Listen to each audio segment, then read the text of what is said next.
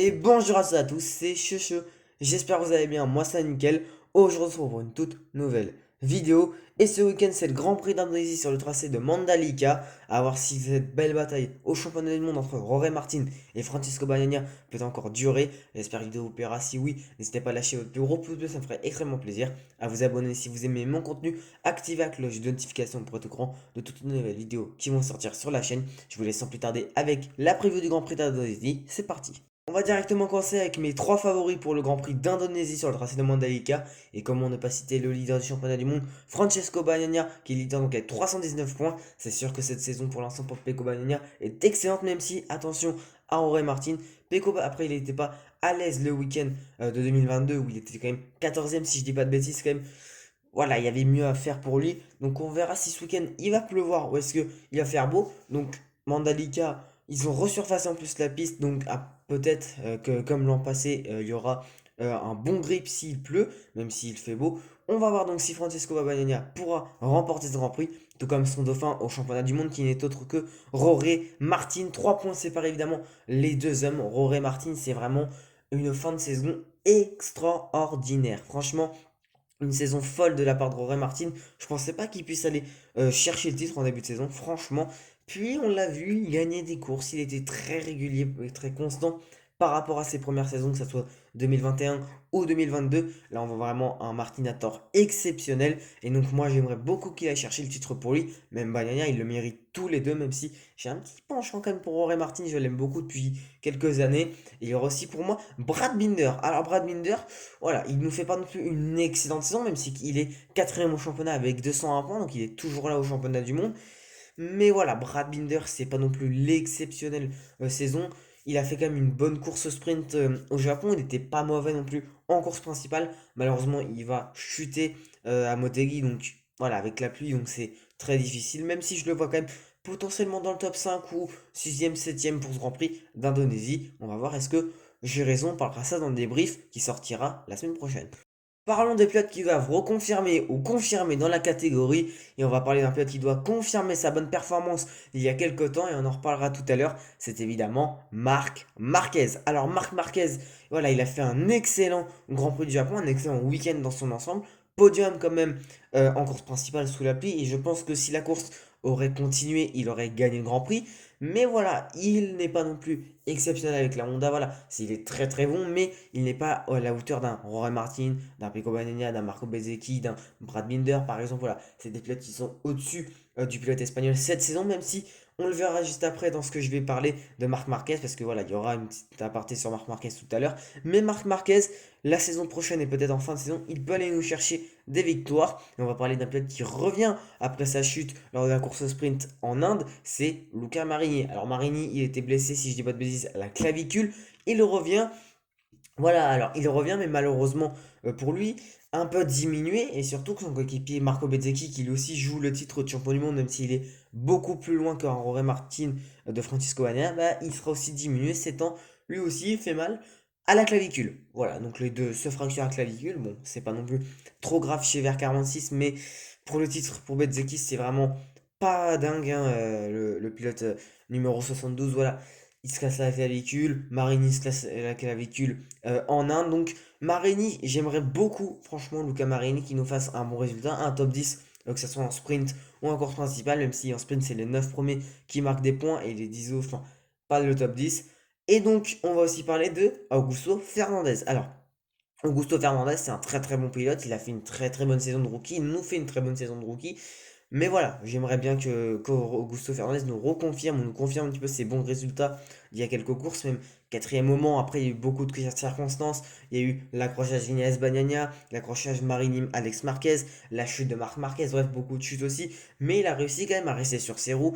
Mais voilà, après Le Mans, c'était au mois de mai. On est au mois d'octobre. Voilà, donc bon, il serait peut-être temps. Mais voilà, Augusto Fernandez, c'est un très très bon pilote. Il fera très très peur l'an prochain chez Tech 3. Parce que je pense qu'il pourrait aller nous jouer peut-être des top 5, des top 10, ou même pourquoi pas, quelques podiums, et même mieux des victoires, même si je ne le vois pas non plus se battre pour des victoires l'an prochain. Parlons d'abord de Pedro Acosta, le requin de Mazzaron, signe donc en MotoGP chez le team Gas Gas Factory Tech 3. Alors franchement, c'est un très très très bon pilote pour Tech 3 et c'est un très bon choix de la part de KTM d'avoir viré Paul Espargaro. Quand je dis un bon choix, c'est que Paul Espargaro sur le papier, c'était pas le meilleur pilote, il avait beaucoup de mal depuis son retour, même s'il avait fait de très bonnes choses. Si je dis pas de bêtises, son retour c'était à Silverstone, il a fait des bonnes choses, il a fait ensuite des bons grands prix, même si voilà, il y a eu beaucoup de chutes. On avait aussi sur la selle Jack Miller, mais Miller, lui, voilà, le pilote australien a réussi à garder son guidon et franchement, je suis très content. J'adore Jack Miller. C'est un pilote, franchement, que je trouve vraiment. Voilà, il est transparent, il est tout le temps dans la joie et dans la bonne humeur. Il aime rouler. Voilà, c'est un pilote que j'adore, Jack Miller. Acosta, il va faire très peur. Alors, pour moi, évidemment, Acosta, ça va être le champion du monde moto de cette saison. Je pense qu'il n'y a aucun débat, à moins qu'il se fasse une énorme blessure. Je vois mal Dixon ou Arbolino venir remporter le titre. Mais voilà, Pedro Acosta, évidemment. Le requin de Mazzaron, pour moi, il peut venir titiller les meilleurs pilotes l'an prochain. Alors, de là à aller gagner directement le championnat l'an prochain, je vois mal à quoi ça avec la KTM le faire. Mais pourquoi pas des victoires. Et j'aimerais beaucoup pour lui qu'il s'impose en MotoGP dès sa première saison. L'info de la semaine, même l'info peut-être du mois, de l'année, je sais pas. Marc Marquez et Honda, c'est fini. Marc Marquez, Chine, c'est Grésini. Alors là, franchement, il fallait le faire pour Ducati Grésini. Parce que là, recruter un octuple champion du monde, c'est pas mal. Les frères Marquez sont de nouveau réunis. Car oui, en 2020, Marc Marquez et Alex Marquez ont roulé ensemble. Pas une course entière parce que Marquez est tombé et s'est cassé l'humérus. Voilà, mais bon, ils ont quand même roulé ensemble.